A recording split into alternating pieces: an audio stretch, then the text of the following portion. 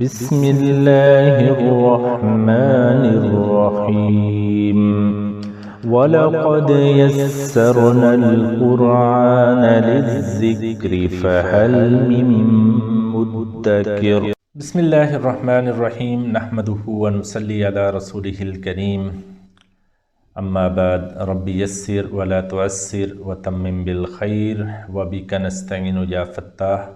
معزز ناظرین و سامعین السلام علیکم ورحمۃ اللہ وبرکاتہ۔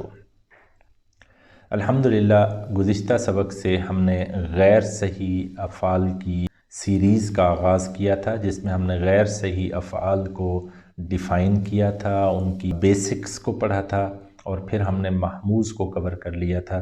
آج ہم انشاءاللہ اپنے اس لیکچر میں اگلی کیٹیگری اٹھائیں گے غیر صحیح افعال کی، جس کو ہم نے نام دیا تھا مضاعف، اور اس کی ایک ڈیٹیل دیکھیں گے۔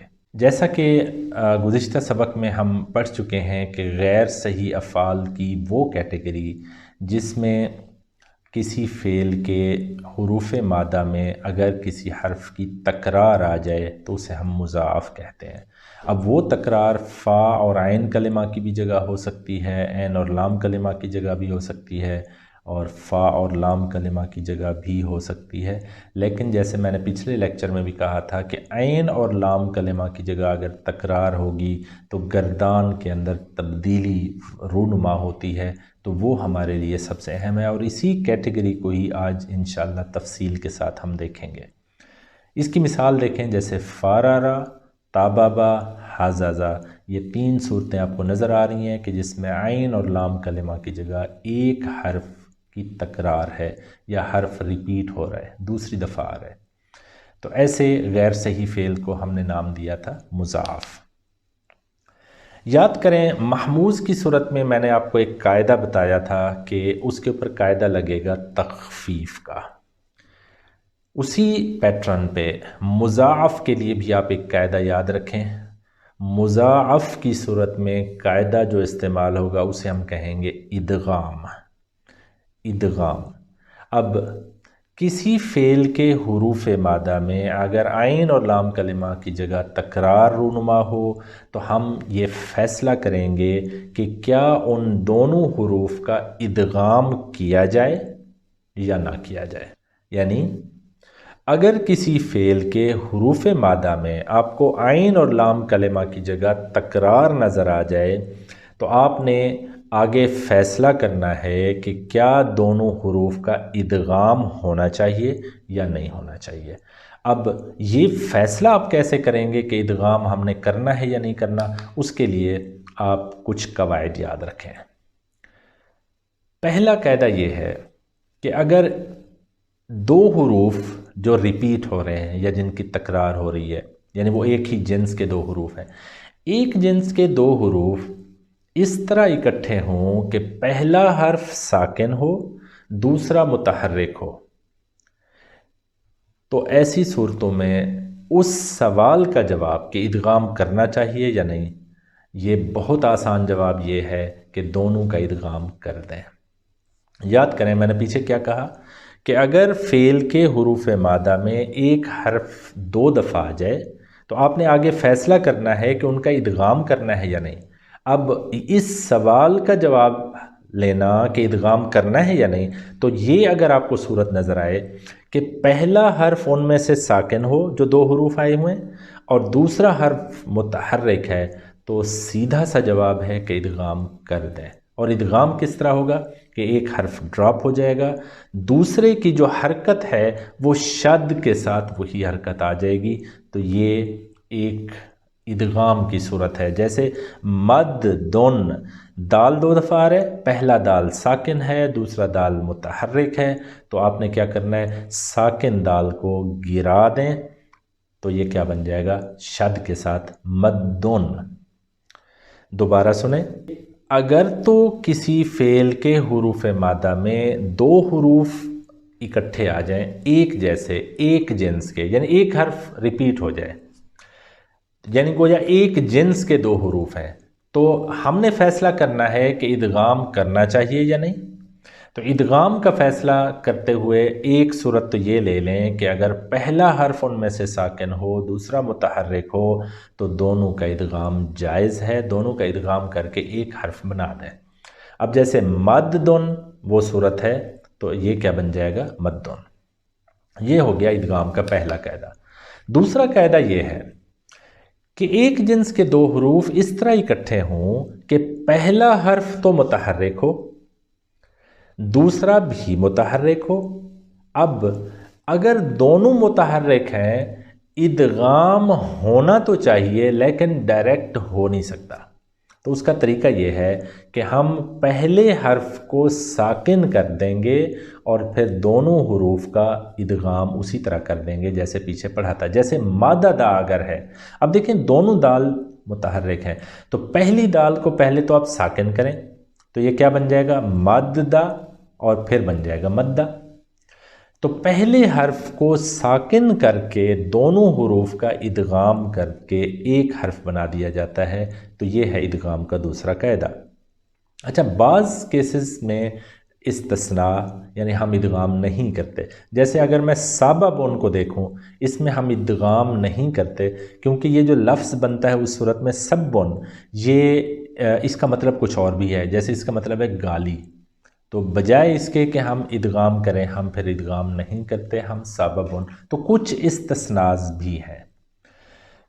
تو یہ دو قواعد آپ کے سامنے آ گئے۔ پہلا کیا تھا کہ دونوں ہم جنس جو حروف ہیں وہ ایسی صورت میں ہیں کہ پہلا ساکن دوسرا متحرک تو ادغام کر دیں، لیکن اگر دونوں متحرک ہوں تو پھر پہلے کو ساکن کریں پھر ادغام کریں، اور اس قاعدے سے کچھ استثناء بھی ہیں۔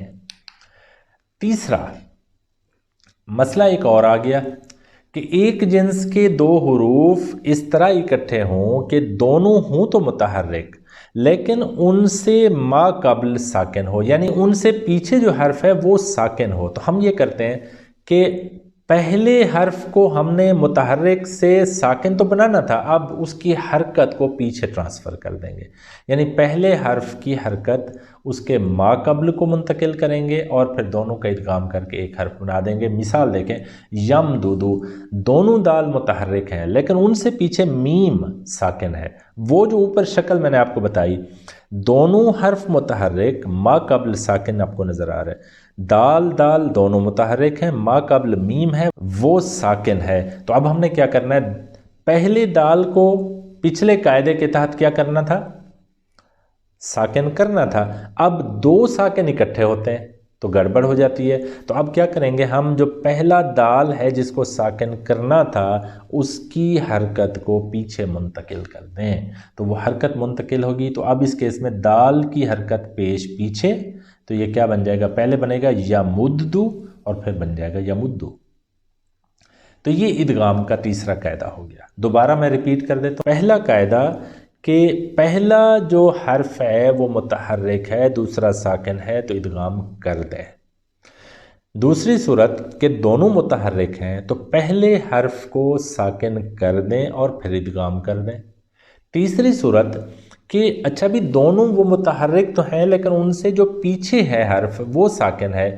اب جب ہم پہلے حرف کو متحرک سے ساکن کریں گے، دو ساکن اکٹھے ہوتے ہیں، تو پھر اس صورت سے بچنے کے لیے ہم کیا کرتے ہیں، جو پہلا حرف ہے متحرک اس کی حرکت ما قبل کو ٹرانسفر کر دیں گے۔ مثال آپ کے سامنے، یم دودو سے یمدو اور پھر یمدو، یہ آپ کو شکل نظر آ رہی ہے۔ تو یہ ادغام کا تیسرا قاعدہ ہو گیا۔ ایک چوتھا قاعدہ بھی ہے، وہ یہ ہے کہ اگر دو حروف اس طرح اکٹھے ہوں کہ پہلا حرف تو متحرک ہو لیکن دوسرا ساکن ہو، تو جواب یہ ہے کہ یہاں پہ ادغام نہیں ہوگا۔ جیسے زررنا میں آپ کو دو را نظر آ رہے ہیں بظاہر، لیکن پہلا را متحرک ہے دوسرا ساکن ہے تو لہٰذا ادغام نہیں ہوگا۔ الٹ ہوتا، اگر دوسرا را متحرک ہو پیچھے ساکن ہوتا تو پھر ہم ادغام کر دیتے۔ تو یہ ادغام کا چوتھا قاعدہ ہے۔ مضاعف عام طور پر ثلاثی مجرد کے 3 ابواب سے استعمال ہوتے ہیں، جیسے ناصرہ ینصرو، ضرب یضرب اور سامع یسمع۔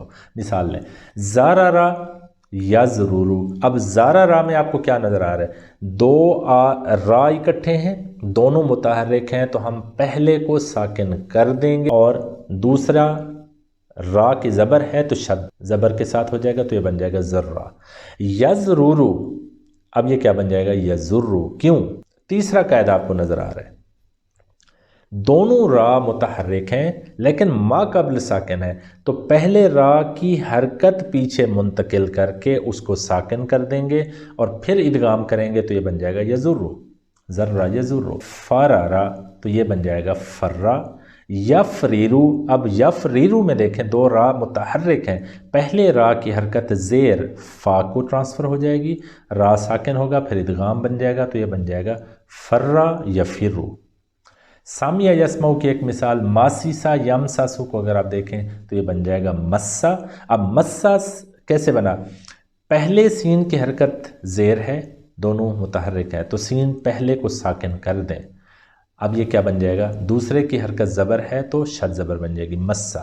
یمساسو، اب دیکھیں دونوں سین متحرک ہیں لیکن میم ساکن ہے ما قبل، تو پہلے سین کی حرکت میم کو مل جائے گی، سین ساکن ہوگا اور پھر دونوں کا ادغام ہوگا تو شد پیش، کیونکہ دوسرے سین کے اوپر پیش ہے تو یمسو. مسا یمسو. تو یہ آپ کو عام طور پر مضاف ثلاثی مجرد کے 3 ابواب سے نظر آتا ہے، ایک ناصرہ ینصرو، دوسرا ضرب یضربو، تیسرا سامیہ یسمعو. یہ 3 ابواب سے آپ کو عام طور پر یہ نظر آتا ہے. اب ایک گردان دیکھیں، جیسے زارا را سے ذرہ، ذرہ ذرہ ذرو ذرت ذرتا. چھٹے صیغے پہ جب آپ آئیں گے تو یہاں پہ وہ والی کیٹیگری آپ کو نظر آئے گی. آپ دیکھیں اصل میں ہے ضررنا، 2 را اکٹھے ہیں، دوسرا را ساکن ہے، پہلا متحرک ہے، تو وہ جو چوتھا قاعدہ میں نے آپ کو بتایا تھا یہاں پہ ادغام نہیں ہوگا. تو چھٹے قاعدے سے آپ کو نظر آ رہے کہ ادغام نہیں ہے. ضررنا، ضررتا ضررتما ضررتم، ضررتی ضررتما ضررتنا ضررتو ضررنا. ایک چیز آپ کو یہ پتہ چلی کہ مضاعف میں جو ادغام آپ کو نظر آئے گا وہ پہلے 5 صیغوں میں نظر آئے گا. ذرہ ذرہ ذرو ذرت ذرتا ذررنا. اگر فرہ میں کہوں فرہ فرا فرو فرت فرتا فررنا، تو یہ آپ کو اسی طرح تبا تبا تبا تبو تبت تبتا تببنا. کسا کسا کسا کسو کست کستا کسسنا. تو یہ آپ کو ایک شکل نظر آئے گی کہ مضاعف کی گردان میں پہلے 5 صیغوں میں آپ کو ادغام نظر آئے گا، باقی تمام صیغوں میں ادغام نظر نہیں آئے گا. وجہ کیا ہے کہ وہ چوتھے قاعدے والی صورت آپ کو نظر آ رہی ہے. تو ایک گردان یہ ہے. اچھا، مضارع کی اگر آپ گردان دیکھیں تو آپ کو 2 صیغوں میں ادغام نظر نہیں آتا، باقی سب میں ادغام نظر آ رہے ہیں. مثلا یزرو تزرو تزرو ازرو نزرو، یزرانی تزرانی تزرانی تزرانی یزرونا یزررنا تزرونا تزررنا اور تزرینا. 2 صیغوں میں ادغام کیوں نہیں نظر آ رہا؟ اسی طرح کہ وہ چوتھا قاعدہ آپ کو نظر آ رہا ہے. 2 را ہیں، دوسرا را ساکن، پہلا را متحرک، تو یہ ہم نے پڑھا ہے کہ ایسی صورت میں ادغام نہیں ہوگا. ایک اور دیکھیں، فرہ فرہ فرا فرو فرت فرتا فررنا. پھر اسی طرح فررتا فررتما فررتم فررتی فررتما فررتنا، کیونکہ چھٹے صیغے سے لام کلمہ ساکن ہو جاتا ہے. فعل فعلا فعلو فعلت فعلتا فعلنا، تو فررنا وہ شکل آپ کو نظر آئے گی. اسی کی مضارع یفرو یفرانی یفرونا تفرو تفرانی یفررنا. یہاں ادغام نہیں ہوگا کیونکہ دوسرا را ساکن ہے، پہلا متحرک ہے. تفرو تفرانی تفرونا تفرینا تفرانی تفررنا افرو نفرو. اسی طرح مسا مسا مسو مست مستا مسسنا. اب مسسنا کیوں آیا ہے؟ ماسی سا تھا، تو پہلے سین کے اوپر حرکت کیا ہے؟ زیر، دوسرا سین ساکن ہونا ہے تو یہ مسسنا. یہاں سے آپ دیکھیں مسستا مسستما مسستم مسستی مسستما مسستنا مسستو مسسنا. اور اسی کی جو مضارع کی گردان ہے یمسو یمسانی یمسونا تمسو تمسانی یمسسنا، اور پھر تمسو تمسانی تمسونا تمسینا تمسانی تمسسنا امسو نمسو. یہ بالکل اسی پیٹرن پہ آپ کو گردان مل گئی. ایک مجہول کی گردان آپ کے سامنے ہے، آپ غور سے دیکھیں، مدہ، مدہ، مدہ، مدو، مدت، مدتا، مددنا، بالکل اسی طرح ادغام یہاں پہ نہیں ہوگا، مدتا، مدتما، مدتم، مدتی، مدتما، مدتنا، مدتو، مدتنا۔ اسی کی مضارع مجہول کی گردان اگر آپ دیکھیں تو یمدو، یمدانی، یمدونا، تمدو، تمدانی، یمددنا، تمدو، تمدانی، تمدونا، تمدین، تمدانی، تمددنا، امدو، نمدو۔ یہ آپ کو گردانیں نظر آ گئیں۔ تو یہ تھا ہمارا مضاعف کا قاعدہ، اور آج میں آپ کو یہ ایک ہوم ورک دے رہا ہوں کہ آپ سورہ الماعون، آخری پارہ کی یہ سورہ، اس کی 7 آیتیں ہیں، آپ کو یہاں پہ اگر غور سے دیکھیں تو ایک تو یدعو کی شکل میں دعا یدعو ایک فعل نظر آئے گا، اسی طرح حزا یحزو یہ ایک فعل نظر آئے گا، یہ آپ کو 2 نظر آ رہے ہیں، یہ ورب جو کہ مضاعف کی کیٹیگری میں ہے۔ تو آج اس سورہ ڈیٹیل میں دیکھیں، اس کا ترجمہ دیکھیں، اور وہاں پہ دیکھیں کہ یہ دونوں ورب کیسے استعمال ہوں۔ یہ تھا ہمارا آج کا سبق۔ انشاءاللہ ہم اگلے سبق میں معطل کو ڈیٹیل کے ساتھ دیکھیں گے، ایٹ لیسٹ معطل کی جو پہلی کیٹیگری ہے مثال، اس کی ڈیٹیل انشاءاللہ ہم دیکھیں گے۔ سبحان ربک رب العزت عما یصفون وسلام علی المرسلین والحمد للہ رب العالمین۔ السلام علیکم ورحمۃ اللہ وبرکاتہ۔